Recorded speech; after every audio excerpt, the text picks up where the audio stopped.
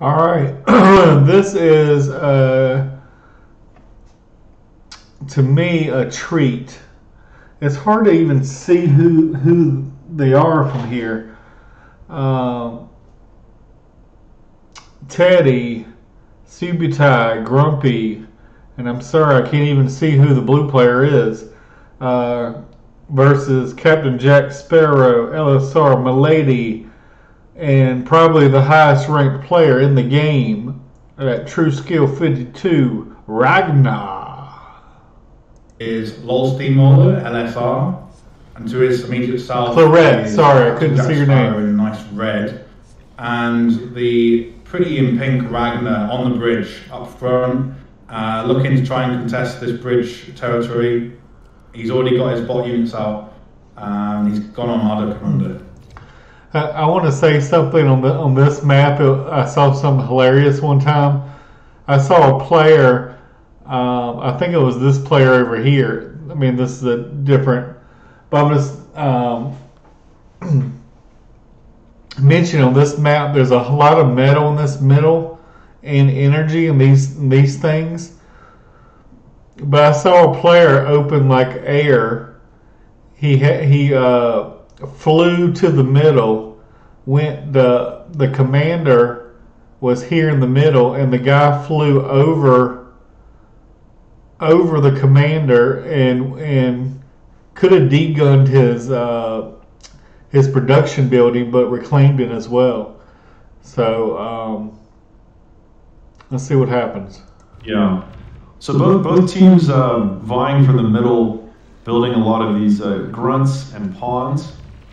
Now, guys, I've mentioned before in casts, this is an interesting matchup. The grunts do slightly outrange the pawns, but the pawns' DPS is higher, so it does come down to micro. And Ragnar just seems to be microing this a little better. He is winning these engagements. Sabotai is having to use his commander now to hold on, as Ragnar has gotten a few pawns through, but I'm surprised that Ragnar is not pushing forward with his commander here. He's got enough construction bots to build. He doesn't really need his commander as a builder. I'd like to see him send his commander to the center and start taking this area. Yeah, it's really interesting that perhaps a bit of a mistake. I'm really reluctant to say that about Ragnar. He's an excellent player, but like you say, the commander could be up there, and he has got full construction bots here that could be. Oh, I tell you what it is. Ragnar with a mistake? That's blasphemy. It's because he's reclaimed so much metal now. If you look at the middle, he's reclaimed almost all of the powerhouse metal. That's 1,400 metal altogether. He's got the majority of it. That's why he's got his commander. He just wants to pump all that metal into units straight away, get an overwhelming force, and start really putting the pressure on. Yeah. Well, that makes sense. You know, the commander does have a lot of build power early on, and that will allow him perhaps to build enough pawns here to take control of the middle. You know, something I'd like to see, we don't see it as often, but if we could get some Centurions, I feel like those would be amazing in this situation. The Centurions, yeah, especially if he has a lot of extra metal, they're so good against just the T1 spam, you know, instead of just building his pawns. But as of now, it seems like the Eastern team has lost the middle, as blue and purple combining forces to get a foothold, and now Ragnar throwing up some laser towers to defend his side of the map. So despite that concentration of units, Ragnar wasn't able to hold on because he got 2v1. And what's something really interesting, if you look at Ragnar's base on the bridge, he has no wind farms or solar panels. And what's happening there is his team are all setting their energy share bars very low. So if we click on LSR, for example, or one of his teammates, they're sharing almost all their energy so that Ragnar gets it and he doesn't need it. That's why he's able to focus on his construction of units only. He has nothing else. Really interesting, really good teamwork, and a lot of forethought has gone into that before this match. But yeah, here in the north, Malady with a couple bombers, and bringing those bombers perhaps into Teal's base. He's kind of positioning them now, but I don't know, Grumpy doesn't have a lot of air defense here. He might have one or two fighters, but I don't see a single missile tower on the ground. And could Malady get some serious economic damage done with this bombing run? We will have to see. A very promising bombing run there. And he's still got air superiority, still got the bombers up, no damage. And now they're just looking for targets. This is where you need to get your fighters out ahead to know where to bomb. The intel is key, but he's completely unopposed at the moment. A couple of air defenses gone up now by Clyra. But those bombs now doing the damage, and that's almost all of his energy production gone. For Clyra now hitting Teddy's base. Similar story, that's 7 wind turbines destroyed. Only 3 bombers doing all this. We've lost one of them. So these bombers have a combined, I think, over 20 kills. So those bombers seriously impact the energy production of the Western team. Very nicely played by Orange, just dealing so much economic damage with just 1 or 2 bombers. That's all it really took. Well played, my lady. And really, I think keeping his team in the game, because the Western team did have control of the middle, and they also seem to have doing okay here in the bottom, though it's pretty close between Captain Jack Sparrow and Teddy. But either way, Ragna has advanced to T2, or is advancing to T2, which is crazy because he has almost no eco at all. So he's changing his mind. He's going to reclaim this. I guess if he decides. He knows he doesn't have enough, and all the while his opposite number Sabotage has the 2 extra metal caps, giving him 6.2 metal per second over Ragnar. So Ragnar's sort of aware that if B even gets to the T2, he's probably going to get overwhelmed by units before he can get any out. Yeah. This is a really tough situation to be in for Ragnar. But here in the south, Teddy and Captain Jack Sparrow sort of fighting with one another, sort of skirmish. There's a lot of pawns here, and Captain Jack Sparrow has to be careful not to get surrounded. Oh, it's going to be so close. He doesn't have energy for the D gun, but it seems like he will have just enough to survive there on 25 health. Very close there, yeah. It's very effective use of his own grunts to shield the commander. And yeah, he just had the numbers advantage, like you say.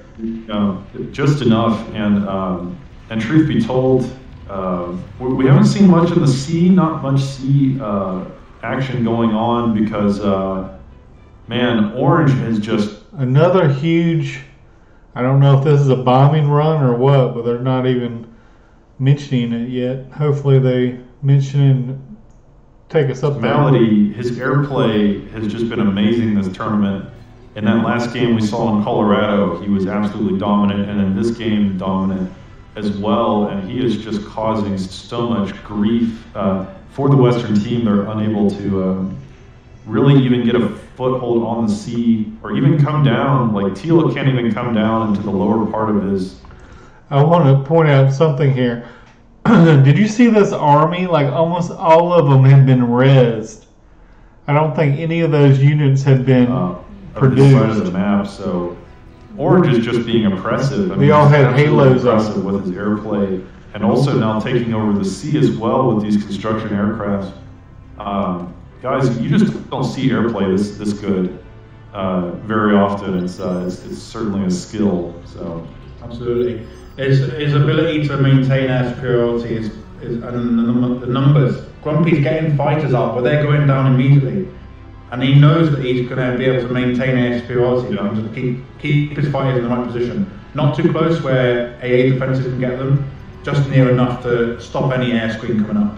Yeah. And again, like I said, Malady's airplay is depressive, man. Teal's struggling to just get out of his starting base. Like he's got 1 or 2 mexes he's got a few mexes from where he started, but unable to build anything else because Orange is bombing everything else he built into oblivion. But here at the front, Sabotage, this is in the middle on the bridge. Sabotage is closest commander near the entrance there. All these dragon's teeth, and Ragnar doing a decent job of holding on. His teams have gifted him a console so he can build these hounds. But we'll have to see what Sabotage wants to do. However, Orange with yet another bombing run. Man, the Western team is just in so much trouble. Like they just have no answer for this airplay, and Malady is single-handedly picking them apart. This is just, I've never seen something like this. I've been playing and watching, bAR for a long time, and this airplay is just, I think Malady is putting a clinic on the Western team. This is crazy. Yeah, like you say, it's unusual and unfortunate actually in some ways that there's no sea presence, but now Malady using that construction block, getting those metal spots, means he has an incredible amount of eco just from the sea. That's plus 11 metal. Yeah. I mean, guys, Malady's airplay here is like a symphony orchestra being conducted by Beethoven. Like this is just unbelievable to watch. He's taken over this game, and all he really has is this tiny corner of the map, more or less. I mean, of course he has the sea, but he's done most of this with very little eco at all. He's just using what he has so effectively. And now here on the bridge, Sabotage using his commander to de-gun some of these hounds. He's got to be careful though, as Pink may have just enough. Oh my God, he is cloaked, so he may get away. Just about cloaked him. He's got his jammer there, so the radar cannot see him. But they're about to take that out, and now they can see that commander now. They know where he is. What are they going to do? They should try and keep their range if possible. They will get him. Yeah, they get him. They all die, but now it's a race for that wreckage. And a big part of the follow-up balance of power is helped by the fact that Malady bombed Sabotage base. He's got nothing. He's got no units. Guys, It looks like I saw a couple mines being laid down, and that he was just super. Sabotage was super quick going for this wreckage. This is pretty funny because, I can't overemphasize the fact Ragnar had nothing. He had nothing. This whole game he's had with this one max. Ragnar, he's relying completely on his teammates to give him resources. This is like one of those. Have you guys ever played one of those RTS missions where you just start with a group of units and that's all you get? Like you don't get to build anything. Absolutely. But that's kind of what Ragnar's doing. Like he doesn't have a base. He gets some units and he's just used them really well. If I was in Ragnar's position, I think I probably would have just left the game. He just had one neck. That was it. That's all he had left in the world. But despite that, he has used what he has so well to push. Well, that was hilarious. But yeah, you can look at Ragnar's income and it's it jumped up right then, but it just said 5 a second ago. He must be reclaiming or something. So hang on, let me I'm gonna start a new video.